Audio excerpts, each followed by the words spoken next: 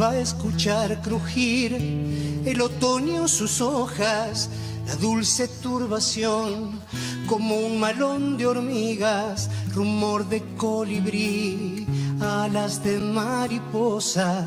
Dicen que ninguna derrota puede ser definitiva. Del río va a salir con su melena roja el sol para adorar lo que el frío destina. La noche hará crecer los pastitos que moja y ninguna derrota nunca puede ser definitiva.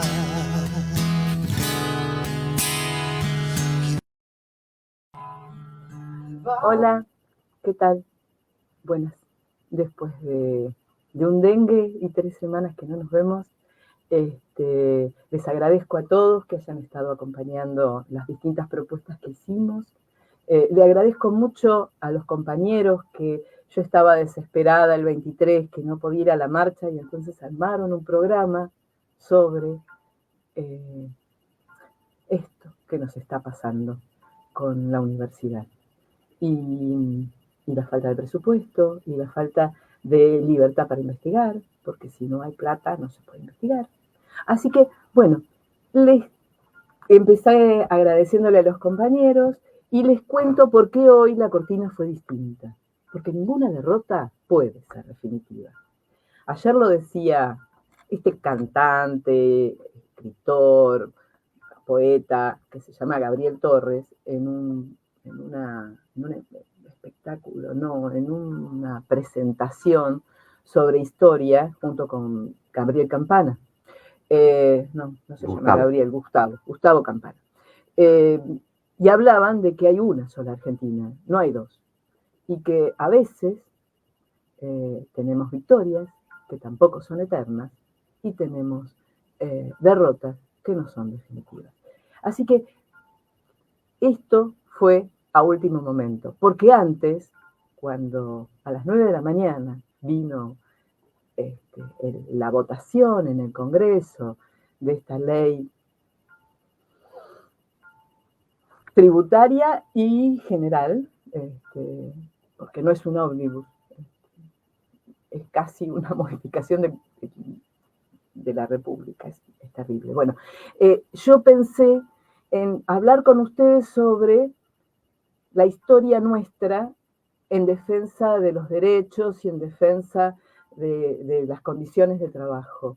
Y hablar de cómo desde 1900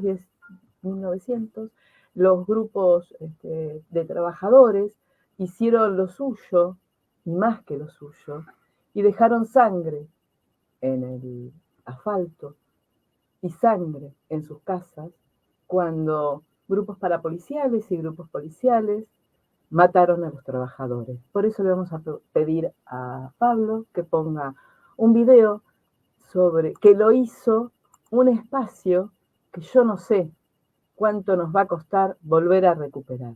Así que adelante, escuchamos. La semana trágica. En diciembre de 1918 se desata una huelga en la metalúrgica Bacena. Los obreros piden por el incremento de sus salarios y la jornada de 8 horas.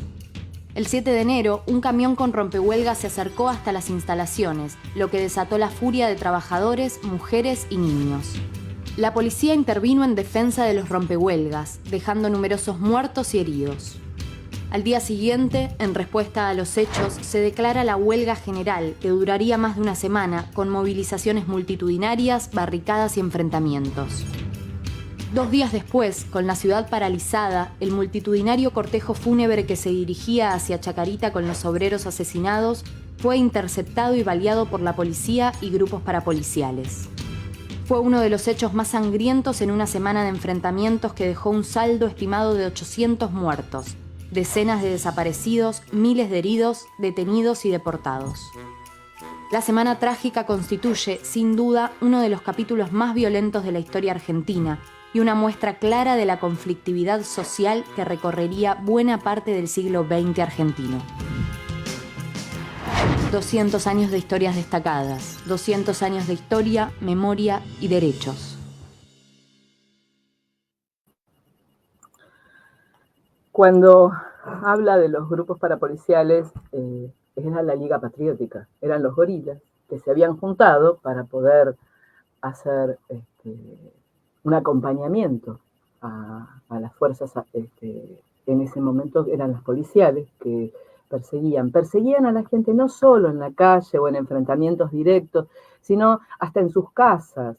Y pertenecer, por ejemplo, a una familia judía era bastante malo, porque la idea en ese momento, que no solo fue argentina, sino que fue estadounidense y de muchos lugares, era que los judíos eran rusos, y los rusos eran los que traían otras ideas de derechos sobre los trabajadores.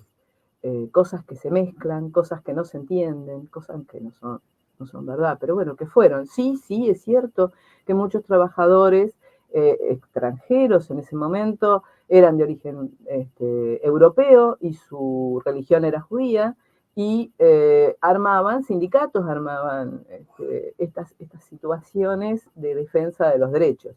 8 horas de trabajo que creo que hoy muchos han perdido. Vamos a cambiar el tema, porque si no me voy a largar a llorar.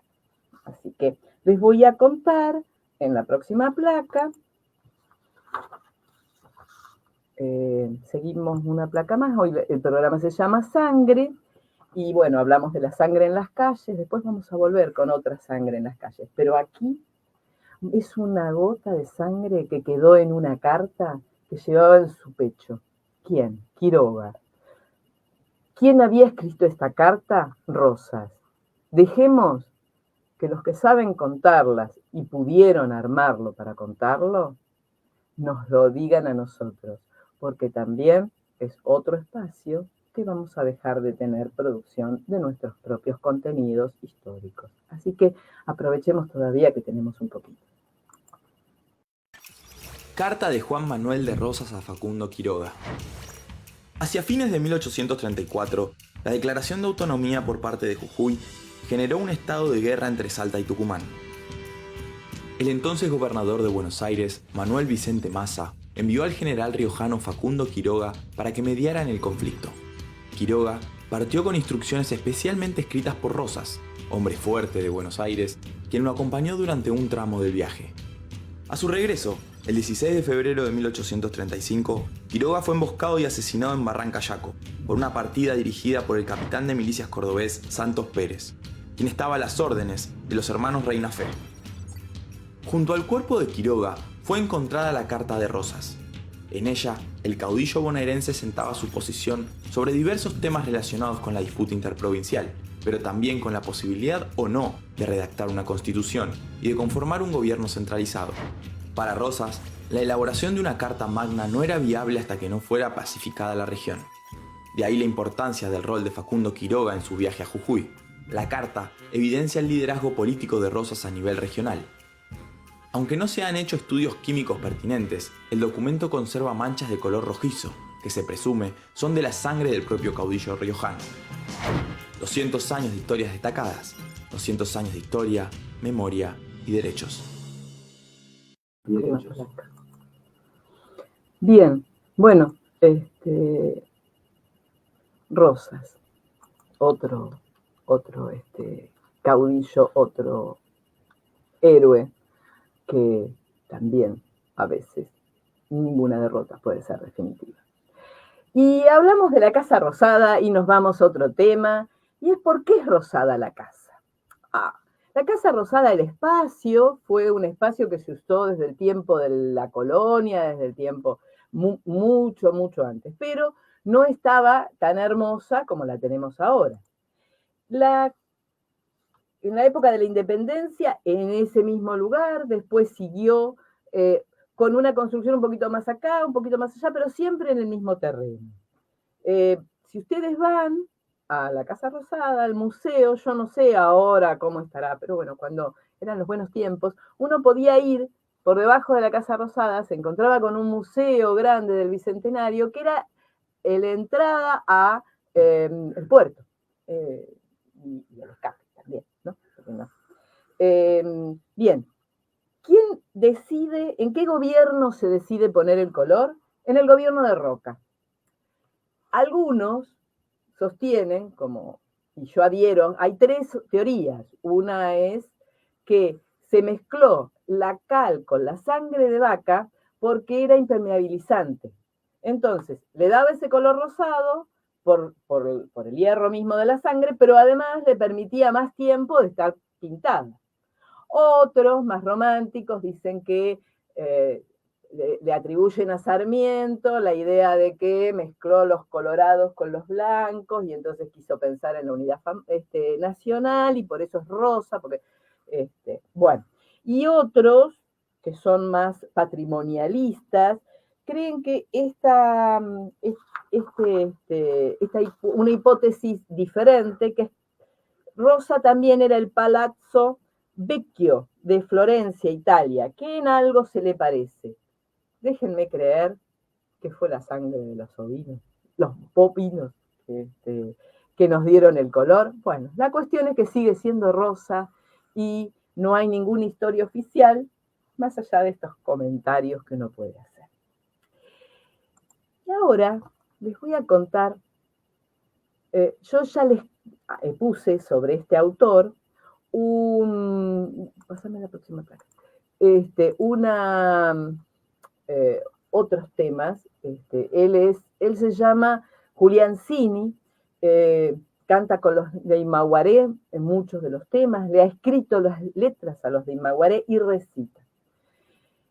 En este tema que elegí para hoy, Compadre que tiene el vino, él explica que el vino le permite a la persona poder expresarse, saca el pudor del que no puede hablar cuando un patrón, un policía, un otro con poder, lo hace más tímido. Y entonces despierta la sangre, sin dejar de entender que genera un problema grande que es el alcoholismo. Pero esta sangre popular, este vino popular, es el vino de Cristo, que es la sangre de Cristo. Así que, hablando de sangre, le vamos a pedir a Pablo que nos ponga un fragmento de Julián Cini, Compadre que tiene el vino. Es un recitadito.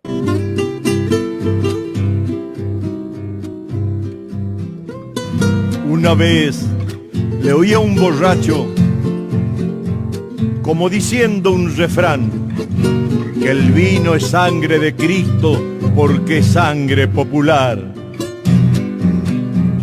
Y me explicó, la parra chupa en el suelo tanta sangre fraternal que hay en la tierra vertida que clama al cielo y está juntándose desde siglos buscando hacerse escuchar.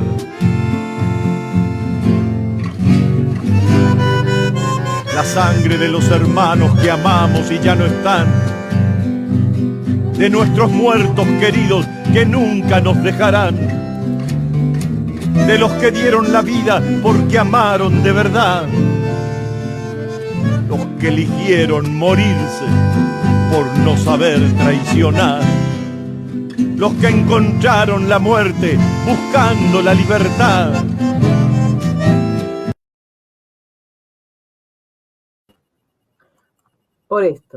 Por esto que dice Julián Cini, ninguna derrota puede ser definitiva. Y vamos a ir a una placa que es personal, porque es de nuestra radio.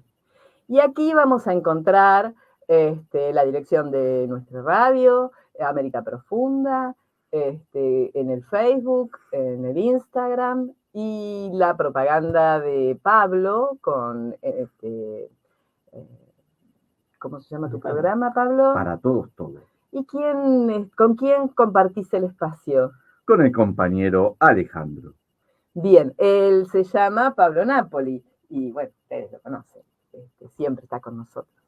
Y después tenemos otro programa, que a veces tiene especiales también, que es el programa de José. José, ¿con quién compartís el programa? Y Marilú la productora, y bueno, yo lo conduzco, y hace 5 años que tenemos este programa, Canciones con Opinión. Bien, pero tenemos una visita nueva, alguien más entró en la casa. ¿Qué es lo que va a pasar a partir del viernes? Pensemos.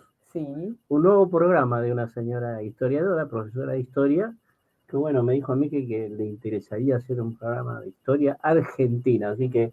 Bueno, tiene mucho que ver con la política, con las canciones argentinas y americanas y con este cajón de la cocina que tiene una cosa media revuelta de América Latina. Bien, bueno, vamos a continuar con una leyenda de la Amazonía que tiene que ver con la sangre y se llama La que nunca llora. Pero veamos qué sangre especial es esta. Por favor. Sobre la que nunca llora.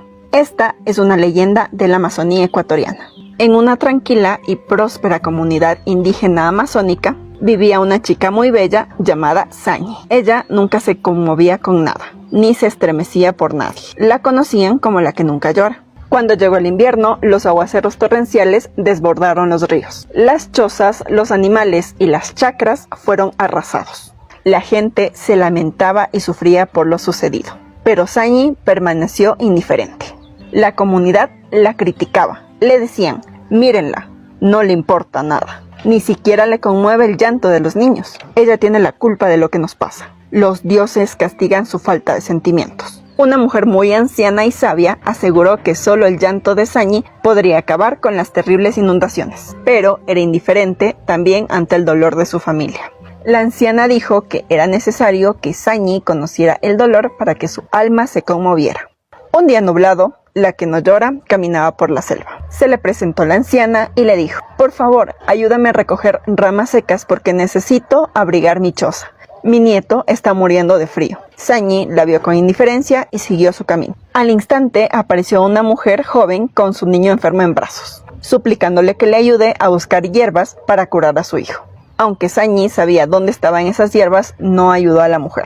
En ese momento se escuchó la voz de la anciana que la maldecía. Los dioses te castigarán porque no te apiadaste de una madre y de una abuela. Jamás serás madre ni abuela. Todo el daño que causaste al no llorar, desde hoy pagarás con tu llanto, que hará bien a los demás. Al escuchar las palabras de la anciana, Sañi sintió que su cuerpo se volvía rígido. Sus pies se hundieron y sus dedos se prolongaban, arraigándose a la tierra. Su piel se endureció y se rasquebrajaba. Sus brazos se engrosaron y se expandieron como ramas. Sañi se convirtió en un árbol medicinal, al que se le hiere la corteza para que sienta dolor y llore por la herida. Las lágrimas de este árbol curan infecciones, quemaduras, úlceras, etc. Ahí se cumplió la maldición de la anciana. El alma de Sañi atrapada en la savia de la madera. Calma el dolor y trae bien a las personas. A este árbol se le conoce como sangre de drago. Bien, acá estamos tomando mate y pensando en Graciela Quesada, que nos está escuchando.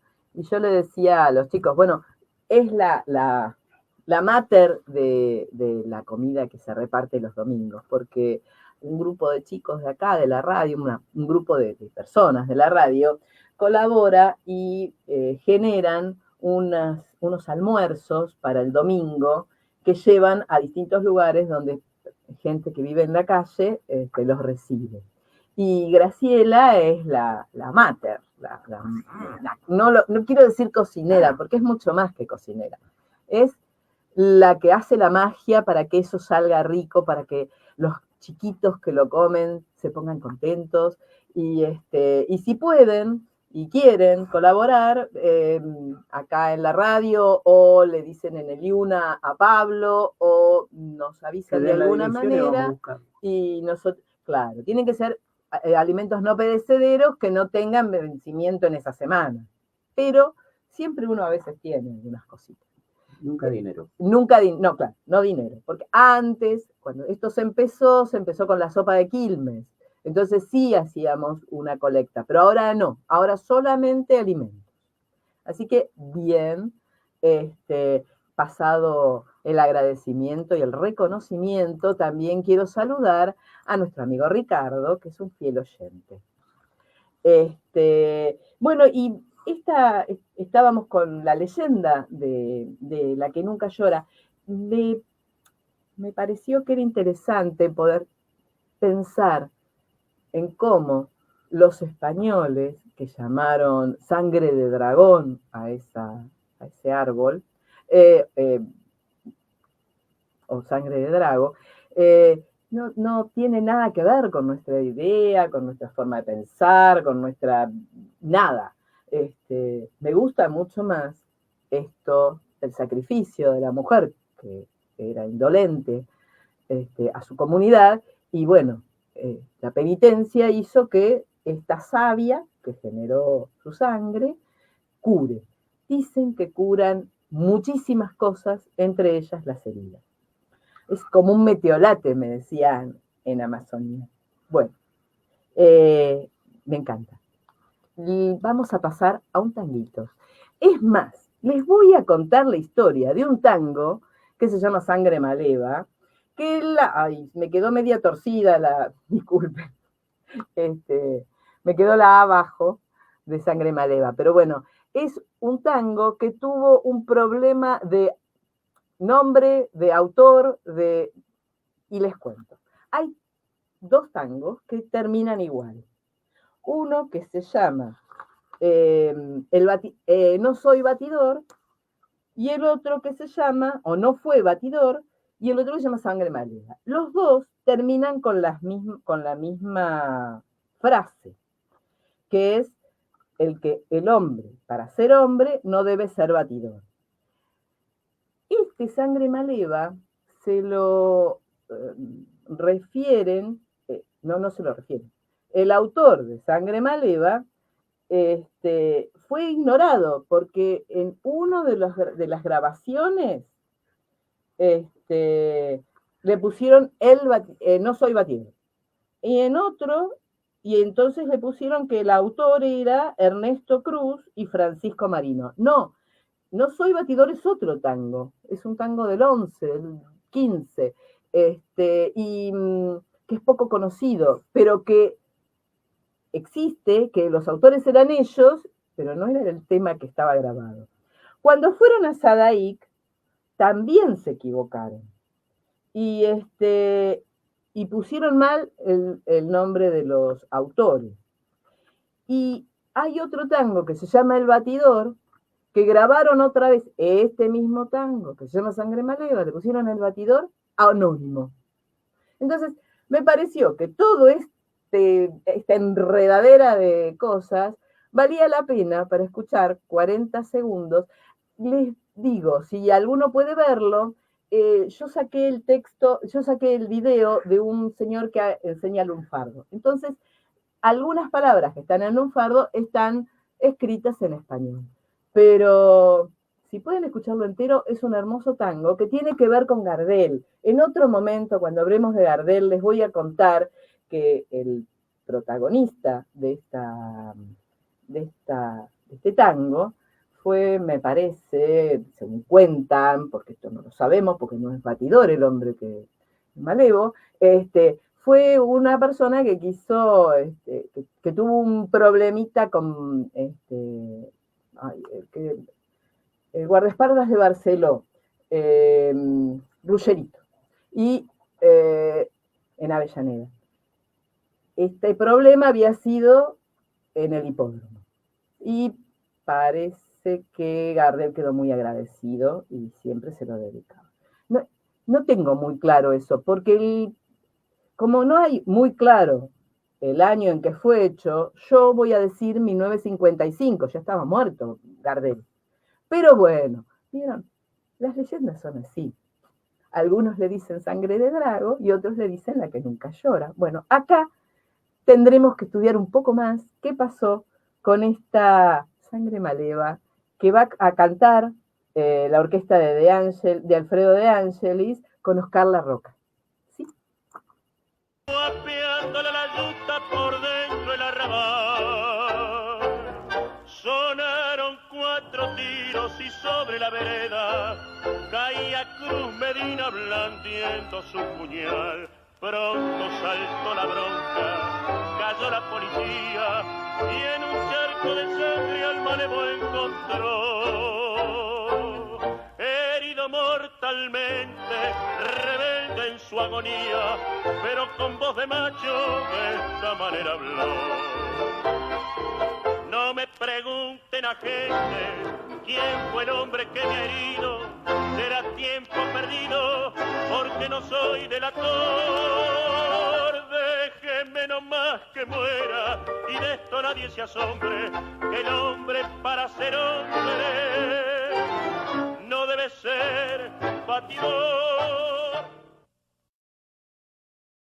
Bien, amigos. Bueno, este que ven al final es el profesor del lunfardo que nada, sube unos tangos hermosos y les pone el significado. Así que bueno, nada, me gustó y lo quería compartir con ustedes. Y vamos ya por el último tema. Así que si pasamos de placa, los invito a la cocina. Y nosotros habíamos hablado de una chanfaina que había sido del norte argentino. Y ahora vamos a hablar de una chanfaina que es del centro, de Santiago del Estero específicamente. Les cuento. En Santiago del Estero, ya saben, porque ya los que me vienen siguiendo me conocen, que yo soy promesante de Mailín. En la fiesta de Mailín suele haber unas ollas grandotas con chanfaina. Yo no las puedo comer porque la chanfaina de Santiago del Estero tiene harina. Le ponen al final 4 cucharadas o 8 cucharadas o lo que necesite la olla según el tamaño para espesarla. ¿Para espesar qué? La sangre, las patitas, los menudos de los cabritos de los chivitos. Todo se come en el campo. Y vamos a ver qué pasa en la fiesta de Santiago del Estero, madre de ciudades.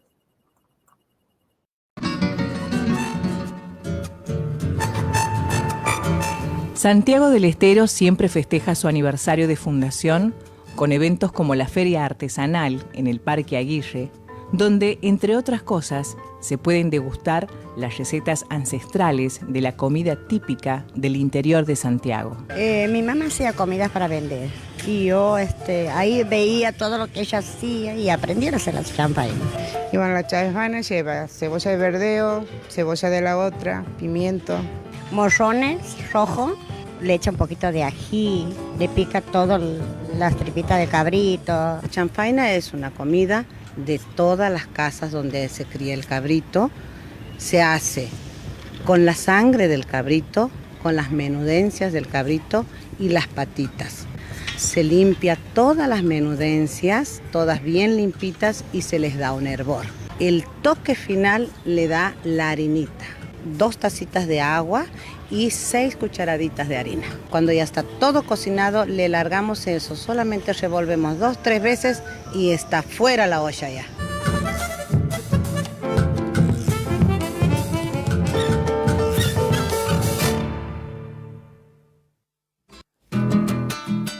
Bien, así que nos vamos. Agradecemos a la Radio América Profunda, a sus a mis 2 compañeros, a José y a Pablo, que me acompañan y me sostienen, y cuando me agarra el dengue empiezan a hacer cosas para que esto salga, aunque yo no esté. Y mi agradecimiento a ustedes que me escuchan, o los martes, Ricardo, que pone cosas lindas siempre. Gracias. Y les decía, todos aquellos que escuchan después, porque esto es así. Los Facebook sirven para esto, para escucharlo en directo, en vivo o en cualquier otro momento que tengan ganas. Así que hasta la semana que viene con otro programa en el que voy a estar pensando en ustedes. Adiós.